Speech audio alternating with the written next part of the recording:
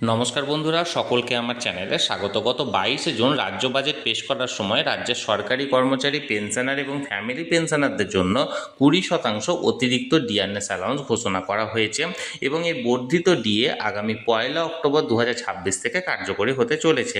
এখন এই ডিএ বৃদ্ধির ফলে একজন পেনশনার বা ফ্যামিলি পেনশনারদের কত টাকা পেনশনে বা ফ্যামিলি পেনশনে বৃদ্ধি হতে চলেছে সেই নিয়ে বহু পেনশনার বা ফ্যামিলি পেনশন বুঝতে না পারে আমাকে অন্য ভিডিওর কমেন্ট সেকশনে কমেন্ট করেছেন।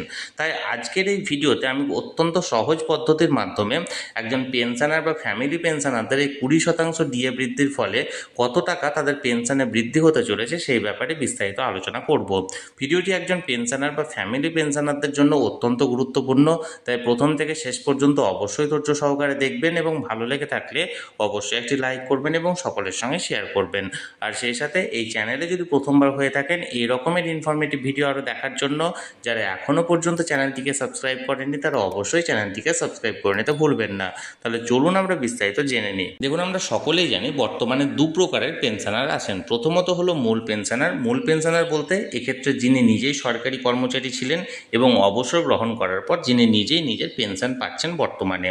এবং অপর প্রকার হলো ফ্যামিলি পেনশনার। ফ্যামিলি পেনশনার হলো এক্ষেত্রে মূল পেনশনার বা মূল চাকরিজীবীর মৃত্যুর পর তার ফ্যামিলি কোনো ডিপেন্ডেন্ট পেনশনার হিসাবে ফ্যামিলি পেনশন এক্ষেত্রে তুলছেন। আমরা সর্বপ্রথমে মূল পেনশনারের ডিএ বৃদ্ধির পর কত টাকা পেনশনে বৃদ্ধি হতে চলেছে সেই ব্যাপারে জানবো। মূল পেনশনারেরও আবার দু প্রকারের আছেন। প্রথমত হলো যারা পেনশন কমিউটেশন করেননি এবং যারা পেনশন কমিউটেশন করেছেন। আমরা সকলেই জানি একজন সরকারি কর্মচারী যখন অবসর নিয়ে থাকেন তখন তাকে অন্যান্য সরকারি সুযোগ সুবিধার পাশাপাশি একটি পেনশন কমিউটেশনের সুযোগ দেওয়া হয়। অর্থাৎ সেই সরকারি কর্মচারী যদি চান তাহলে সেক্ষেত্রে তিনি তার টোটাল পেনশনের 40% অর্থাৎ টোটাল বেসিক পেনশনের 40% কমিউট করতে পারেন বা সেল করতে পারেন।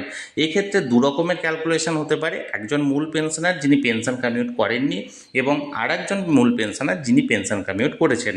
সর্বপ্রথমে আমরা জানবো যে মূল পেনশনার যিনি বর্তমানে পেনশন কমিউট করেননি তাদের কত টাকা ডিএ বৃদ্ধির ফলে তাদের পেনশনে বৃদ্ধি হচ্ছে। এক্ষেত্রে ক্যালকুলেশন করতে প্রথমত আপনাকে বেসিক পেনশনের পরিমাণটা জানতে হবে, যেটি আপনি চাইলে নিজের পিপিও থেকে অর্থাৎ পেনশন পেমেন্ট অর্ডার থেকে জানতে পারেন। তবে যদি আপনারা পিপিও থেকে বুঝতে না পারেন বা এমন হয়েছে হয়তো আপনারা অনেক দিন আগে অবসর নিয়েছেন এবং বর্তমানে পরবর্তীতে রোপা কার্যকরী হয়েছে এবং সেই রোপার পর আপনাদের বেসিক পেনশনের পরিমাণটা আরও বেড়ে গেছে, তাহলে সেক্ষেত্রে আপনারা জানতে পারবেন না। এক্ষেত্রে আপনারা কিভাবে নিজেদের প্রথমত বেসিক পেনশনের পরিমাণটি বার করবেন, কারণ বেসিক পেনশনের পরিমাণ না বার করলে আপনি আপনার ডিএ বৃদ্ধির পরিমাণটি জানতে পারবেন না। বেসিক পেনশনের পরিমাণ বার করতে গেলে প্রথমত আপনাকে আপনার বর্তমানে যে টোটাল পেনশনটা পাচ্ছেন অর্থাৎ প্রতি মাসের 1 তারিখ আপনার পেনশন অ্যাকাউন্টে যে পরিমাণ পেনশনটি ঢুকছে সেটা থেকে সেই অ্যামাউন্টটা থেকে আপনাকে প্রথমত 500 টাকা বাদ দিতে হবে এবং 500 টাকা বাদ দেওয়ার পর যে অ্যামাউন্টটি দাঁড়াবে সেই অ্যামাউন্টটাকে 1.18 দিয়ে ডিভাইড অর্থাৎ ভাগ করতে হবে। 1.18 এক্ষেত্রে কেন, তার কারণ বর্তমানে 18% হারে ডিআরএস অ্যালাউন্স প্রযোজ্য আছে, তাই 1.18 দিয়ে ভাগ করতে হবে। এক্ষেত্রে ধরুন আমি একটি উদাহরণের সাহায্যে বিষয়টি আর একটু পরিষ্কার করে দিই। ধরুন আপনার এই মুহূর্তে আপনার পেনশন অ্যাকাউন্টে টোটাল 18,000 টাকা আপনার পেনশন হিসাবে ঢুকছে।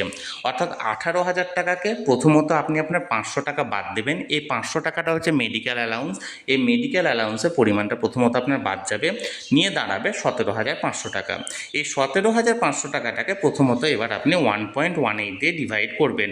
এবার 1.18 দিয়ে ডিভাইড করার পর দাঁড়ালো 14,830 টাকা।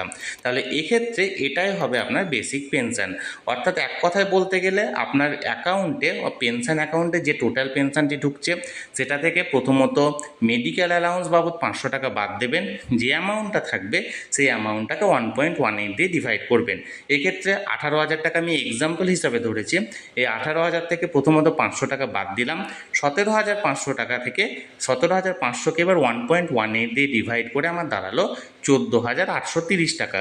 অর্থাৎ এই 14,830 টাকা হলো এই পেনশনারের বর্তমানে বেসিক পেনশন। এবার 20% ডিআরএস অ্যালাউন্স বৃদ্ধি মানে এই 14,830 টাকার উপর আপনার 20% ডিআরএস অ্যালাউন্স বৃদ্ধি হবে।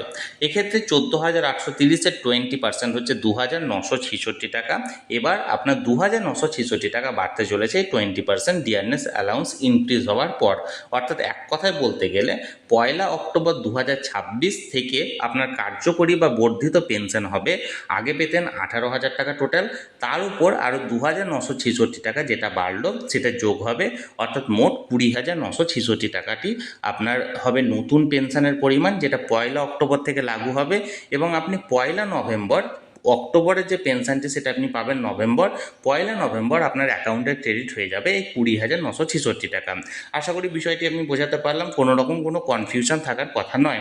এবার ধরুন আপনি যদি পেনশন কমিউট করে থাকেন, অর্থাৎ আপনি অবসর নেওয়ার সময় আপনাকে যে সুযোগটা দেওয়া হয়েছিল পেনশন কমিউটেশনের, সেক্ষেত্রে আপনি পেনশন কমিউট করেছেন, তাহলে সর্বপ্রথমে এক্ষেত্রেও আপনাকে বেসিক পেনশন জানতে হবে, কিন্তু সেটা নির্ধারণ করার নিয়ম হচ্ছে আপনাকে পিপিও বার করতে হবে।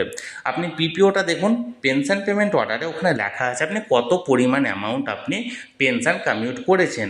ধরুন আমি আগের উদাহরণটাই ধরলাম, এক্ষেত্রে আপনি বর্তমানে 18,000 টাকা পাচ্ছেন, কিন্তু পিপিওতে আপনি জানলেন যে পিপিওতে আপনি আরও অতিরিক্ত 3,000 টাকা আপনি পেনশন কমিউট করেছেন, অর্থাৎ এক্ষেত্রে আপনার টোটাল পেনশন হওয়ার কথা ছিল 21,000 টাকা, কিন্তু 3,000 টাকা আপনি পেনশন কমিউট করার পর সেটা আপনার বেসিক পেনশন থেকে বাদ গেছে এবং বর্তমানে আপনি 18,000 টাকা পাচ্ছেন।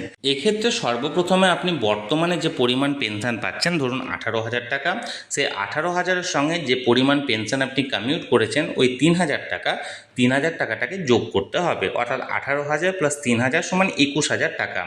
এবার এই টোটাল 21,000 টাকা হবে আপনার পেনশন, সেখান থেকে আপনাকে প্রথমত মেডিকেল অ্যালাউন্স বাদ দিতে হবে, অর্থাৎ মেডিকেল অ্যালাউন্স বাবদ আপনি 500 টাকা বাদ দিন, আপনার দাঁড়াবে 20,500 টাকা। এবার এই 20,500 টাকাটাকে এবার আপনাকে 1.18 দিয়ে ডিভাইড করতে হবে। এক্ষেত্রে এই এক্সাম্পলে এখানে এলো 17,372 টাকা হবে আপনার বেসিক পেনশন, অর্থাৎ আপনার যে বর্ধিত ডিএনএস অ্যালাউন্সের পরিমাণ সেটা কিন্তু আপনার কার্যকরী হবে বা ক্যালকুলেশন হবে এই 17,372 টাকা বেসিক পেনশনের উপর। আশা করি আমি বিষয়টি বোঝাতে পেরেছি।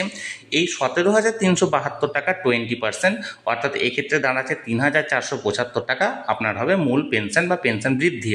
এক্ষেত্রে আপনি 1 অক্টোবর 2026 থেকে কার্যকরী হবে এবং 1 নভেম্বর আপনি হাতে পাবেন কত, আগে পেতেন 18,000 এবং তার সঙ্গে 3,475 টাকা আপনার আরও অ্যাড হবে, নিয়ে টোটাল 1 নভেম্বর আপনি আপনার অ্যাকাউন্টে পাবেন 21,475 টাকা। আশা করি বিষয়টি বোঝাতে পারলাম। এবার আপনাদের আমি এখানে তো একটা এক্সাম্পলের সাহায্যে দেখিয়েছি বা উদাহরণের সাহায্যে দেখিয়েছি আপনাদের বর্তমানে যে পেনশনের পরিমাণ বা যে পেনশনটি আপনারা পাচ্ছেন, আমার এই উদাহরণে টোটাল পেনশনের জায়গায় আপনারা নিজেদের পেনশনের পরিমাণটি বসাবেন এবং সেই অনুযায়ী আপনারা ক্যালকুলেট করবেন। আশা করি বিষয়টি বুঝতে পেরেছেন। এবার আমরা জানবো ফ্যামিলি পেনশনারদের ব্যাপারে। ফ্যামিলি পেনশনারদের ক্ষেত্রে আগের নিয়ম অনুযায়ী ক্যালকুলেশন হবে। ধরুন আপনি বর্তমানে 15,000 টাকা আপনি ফ্যামিলি পেনশন পাচ্ছেন, তাহলে সেক্ষেত্রে আপনাকে প্রথমত 15,000 টাকা, সেই জায়গা থেকে আরও 500 টাকা বাদ দিতে হবে মেডিকেল অ্যালাউন্স, অর্থাৎ দাঁড়ালো 14,500 টাকা, এবং এই 14,500 টাকার উপর 1.18 এখানে ডিভাইড করতে হবে, অর্থাৎ দাঁড়ালো 12,288 টাকা। এই 12,288 টাকার 20% অর্থাৎ 2,578 টাকা পেনশন হিসাবে বাড়বে, অর্থাৎ টোটাল ফ্যামিলি পেনশন দাঁড়াবে 1 নভেম্বরে আপনি অ্যাকাউন্টে পাবেন 15,000 প্লাস 2,578 সমান 17,578 টাকা। এবং এই বর্ধিত পেনশনের পর আপনার 1 অক্টোবর থেকে সেই ফ্যামিলি পেনশনারের নতুন ফ্যামিলি পেনশনের পরিমাণ হবে, আগে পেত 15,000 টাকা এবং তার সঙ্গে আরও 2,578 টাকা যোগ হবে এবং টোটাল পেনশনের পরিমাণ দাঁড়াবে 17,578 টাকা। আমি বারবারই বলছি, এখানে যে উদাহরণগুলি আমি দেখিয়েছি বা যে এক্সাম্পলটা দেখিয়েছি সেটা একটা কাল্পনিক এক্সাম্পল। আপনারা এই এক্সাম্পলে যে টোটাল পেনশনের পরিমাণ আছে সেই পরিমাণের জায়গায় নিজের যে টোটাল পেনশন আছে সেটা বসিয়ে আপনারা সহজ পদ্ধতির মাধ্যমে ক্যালকুলেশন করবেন। এক্ষেত্রে না বোঝার কোনো রকম কোনো বিষয় নেই, খুব সহজভাবে আমি বোঝানোর চেষ্টা করেছি। তবুও যদি আপনার মনে হয় আপনি বুঝতে পারছেন না, আপনারা আমাকে কমেন্ট করে জানান। আপনার বেসিক পেনশনের পরিমাণ যদি জানেন তাহলে জানাতে পারেন, বা এক্ষেত্রে যদি না জানেন আপনি টোটাল বর্তমানে কত টাকা পেনশন পাচ্ছেন সেটা আমাকে জানান, এবং আপনি পেনশন কমিউট করেছেন কি করেননি সেটাও আমাকে জানান। আমি আপনাদের হয়ে এই ক্যালকুলেশনটা করে দেবো এবং কমেন্ট সেকশানে আমি অ্যান্সার দিয়ে দেবো। তাহলে বন্ধুরা, 20% ডিআরএস অ্যালাউন্স বৃদ্ধির পর একজন পেনশনার বা একজন ফ্যামিলি পেনশনারের কত টাকা পেনশনে বৃদ্ধি হতে চলেছে সেই নিয়ে আমি অত্যন্ত সহজ পদ্ধতির মাধ্যমে আপনাদেরকে বোঝানোর চেষ্টা করলাম। এই নিয়ে যদি আপনাদের আরও কিছু জানার থাকে অবশ্যই কমেন্ট করুন, আর এই ভিডিওটি ভালো লেগে থাকলে অবশ্যই একটি লাইক করুন এবং সকলের সঙ্গে শেয়ার করুন। আর সেই সাথে এই চ্যানেলে যদি প্রথমবার হয়ে থাকেন এই রকমের ইনফরমেটিভ ভিডিও আরও দেখার জন্য, যারা এখনও পর্যন্ত চ্যানেলটিকে সাবস্ক্রাইব করেননি তারা অবশ্যই চ্যানেলটিকে সাবস্ক্রাইব করে রাখুন।